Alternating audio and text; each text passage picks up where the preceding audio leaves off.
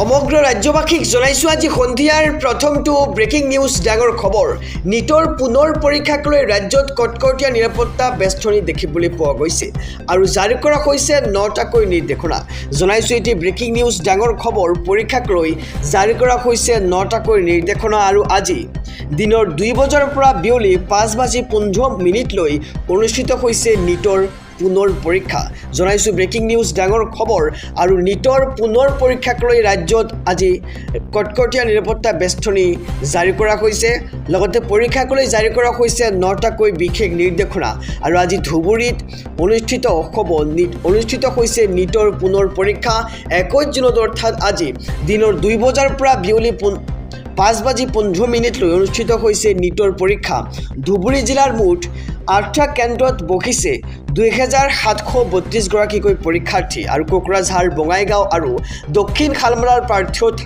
আছিল এই পৰীক্ষাত আৰু কোকৰাঝাৰ বঙাইগাঁও আৰু দক্ষিণ শালমৰাৰ প্ৰাৰ্থীও এই নিট পৰীক্ষাত অৱতীৰ্ণ হৈছে আৰু ছাত্ৰ-ছাত্ৰীক দুবাৰকৈ তালাচী কৰা হ'ব লগতে চিচিটিভি আৰু বায়োমেট্ৰিক ভেৰিফিকেশ্যন কৰা হৈছে আজিৰ দিনটোতে আৰু 100 মিটাৰৰ ভিতৰত নো এণ্ট্ৰি আৰোপ কৰা হৈছে লগতে পৰীক্ষা কেন্দ্ৰৰ 100 মিটাৰ ব্যাসাৰ্ধত BNSSৰ সেকশন 163 ধাৰা জাৰি কৰা হৈছিল আৰু কোনো ধৰণৰ ধৰ্ণা শোভাযাত্ৰা বা লাউডস্পিকাৰ বজাব নোৱাৰা পৰিস্থিতিৰ সৃষ্টি হৈছিল আৰু শিক্ষাৰ্থীসকলৰ বাবে ASTCয়ে দিছে বিনামূলীয়া বাছ সেৱা আৰু পৰীক্ষাৰ সময় যাতে কোনো কাৰণতেই বিদ্যুৎ কৰ্তন নহয় তাৰ বাবে APDCLক বিশেষ নিৰ্দেশনা জাৰি কৰা হৈছিল সমগ্ৰ ৰাজ্যবাসীক জনাইছো আজি সন্ধিয়াৰ আৰু এটি ব্ৰেকিং নিউজ ডাঙৰ খবৰ মেধাৰ বলতে মুছলমানে দখল কৰে মেডিকেলৰ সিট আৰু আমাৰ ল'ৰা ছোৱালীয়ে আন্দোলন কৰে বুলি এক মন্তব্য কৰিছে ৰাজ্যৰ মুখ্যমন্ত্ৰী ডক্টৰ হিমন্ত বিশ্ব শৰ্মাই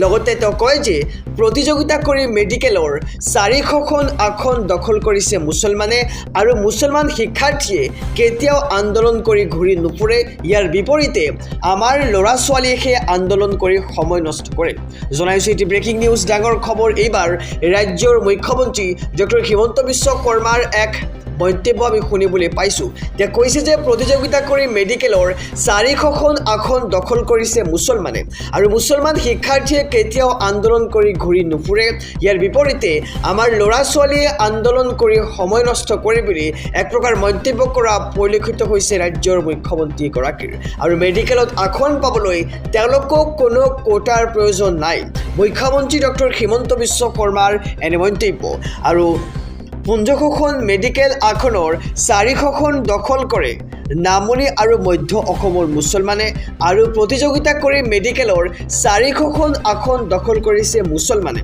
আৰু মুছলমান শিক্ষাৰ্থীয়ে কেতিয়াও আন্দোলন কৰি ঘূৰি নুফুৰে ইয়াৰ বিপৰীতে আমাৰ ল'ৰা ছোৱালীয়ে আন্দোলন কৰি সময় নষ্ট কৰে বুলি এক প্ৰকাৰ মন্তব্য কৰিছে ৰাজ্যৰ মুখ্যমন্ত্ৰী ডক্টৰ হিমন্ত বিশ্ব শৰ্মাই আৰু মেডিকেলত আসন পাবলৈ তেওঁলোকক কোনো কোটাৰ প্ৰয়োজন নাই বুলি মন্তব্য কৰা পৰিলক্ষিত হৈছে ৰাজ্যৰ মুখ্যমন্ত্ৰীগৰাকীৰ মুখৰ পৰা সমগ্ৰ ৰাজ্যবাসীক জনাইছো আৰু এটি ব্ৰেকিং নিউজ ডাঙৰ খবৰ মধ্যপ্ৰাচ্যৰ যুদ্ধৰ এটি ডাঙৰ আপডেট পুনৰ বন্ধ ষ্টেট অফ হৰমুজ আৰু এইবাৰ ইৰাণৰ স্পষ্ট ঘোষণা হৰমুজ প্ৰণালী বন্ধ কৰি দিয়াৰ স্পষ্ট ঘোষণা কৰিছে ইৰাণে আৰু যুদ্ধবিৰতি নামানি লেবাননৰ ওপৰত ইজৰাইলৰ ধাৰাবাহিক আক্ৰমণ দেখিবলৈ পোৱা গৈছে জনাইছো ব্ৰেকিং নিউজ ডাঙৰ খবৰ পুনৰ বন্ধ হ'ল এইবাৰ ষ্টেট অফ হৰমুজ প্ৰণালী বন্ধ কৰি দিয়াৰ স্পষ্ট ঘোষণা কৰিছে এইবাৰ ইৰাণে যুদ্ধবিৰতি নামানি লেবাননৰ ওপৰত ইজৰাইলৰ ধাৰাবাহিক আক্ৰমণ দেখিবলৈ পোৱা গৈছে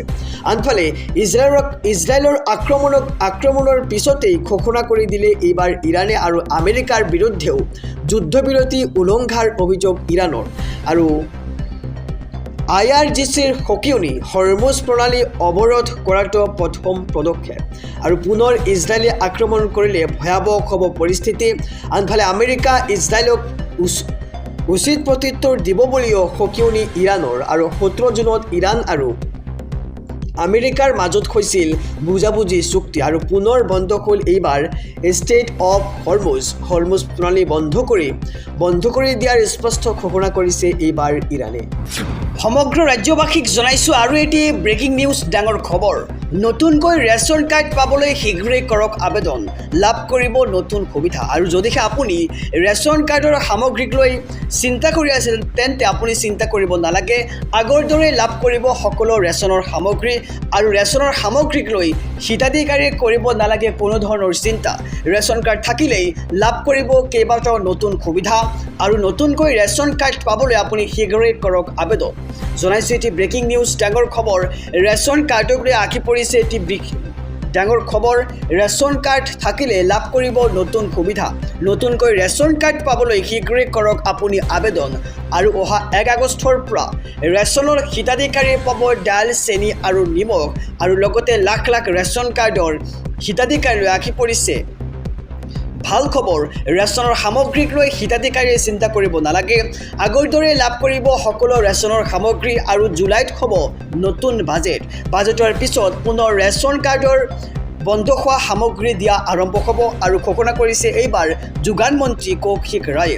যুদ্ধকালীন পৰিস্থিতিৰ বাবে কিছু প্ৰভাৱ পৰিছে আৰু ইয়াৰ বাবে শীঘ্ৰে মূল্যবৃদ্ধি ৰোধ কৰা হ'ব। আৰু ৰেচন কাৰ্ডক লৈ এই মুহূৰ্তত ৰাজ্যৰ লাখ লাখ হিতাধিকাৰীৰ বাবে আহি পৰিছে এটি জৰুৰী খবৰ।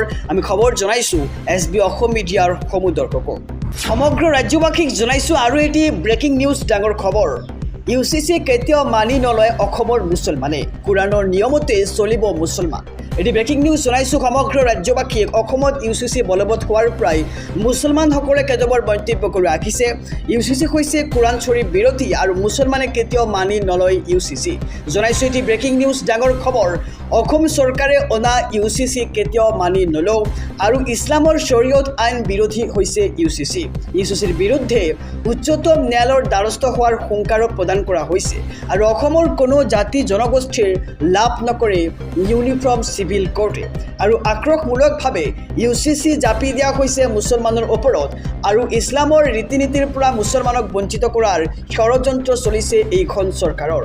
আৰু শৰীয়তৰ ওপৰত প্ৰত্যক্ষ হস্তক্ষেপ কৰিছে UCCয়ে আৰু ইমাম মৌলানাক শাস্তিৰ ব্যৱস্থা ৰখা হৈছে UCCৰ জৰিয়তে। আৰু অসমত কোনো প্ৰয়োজন নাই UCCৰ এনে মন্তব্য কৰা হৈছে। আৰু এইখন বৈষম্যমূলক আইন হৈছে UCC। জনজাতীয় লোকক আঁতৰাই কেৱল মুছলমানক হাৰাশাস্তি কৰিব UCCয়ে। আৰু আল্লাহে কোৰাণত ধাৰ্য কৰা নিয়মৰ মতেহে চলিব মুছলমানসকল। আৰু এইবাৰ UCCৰ বিৰুদ্ধে সৰ্বোচ্চ ন্যায়ালয়লৈ যাব জমিয়ত উলেমা। কেন্দ্ৰীয় আৰু ৰাজ্যিক জমিয়ত উলেমাৰ নেতৃত্ব যাব সৰ্বোচ্চ ন্যায়ালয়ত। আৰু UCCৰ বিৰুদ্ধে এইবাৰ বিস্ফোৰণ নগাঁও জমিয়ত উলেমাৰ। অসম চৰকাৰে অনা UCC কেতিয়াও মানি নলওঁ বুলি এতিয়া হুংকাৰ লগতে মন্তব্য কৰা হৈছে।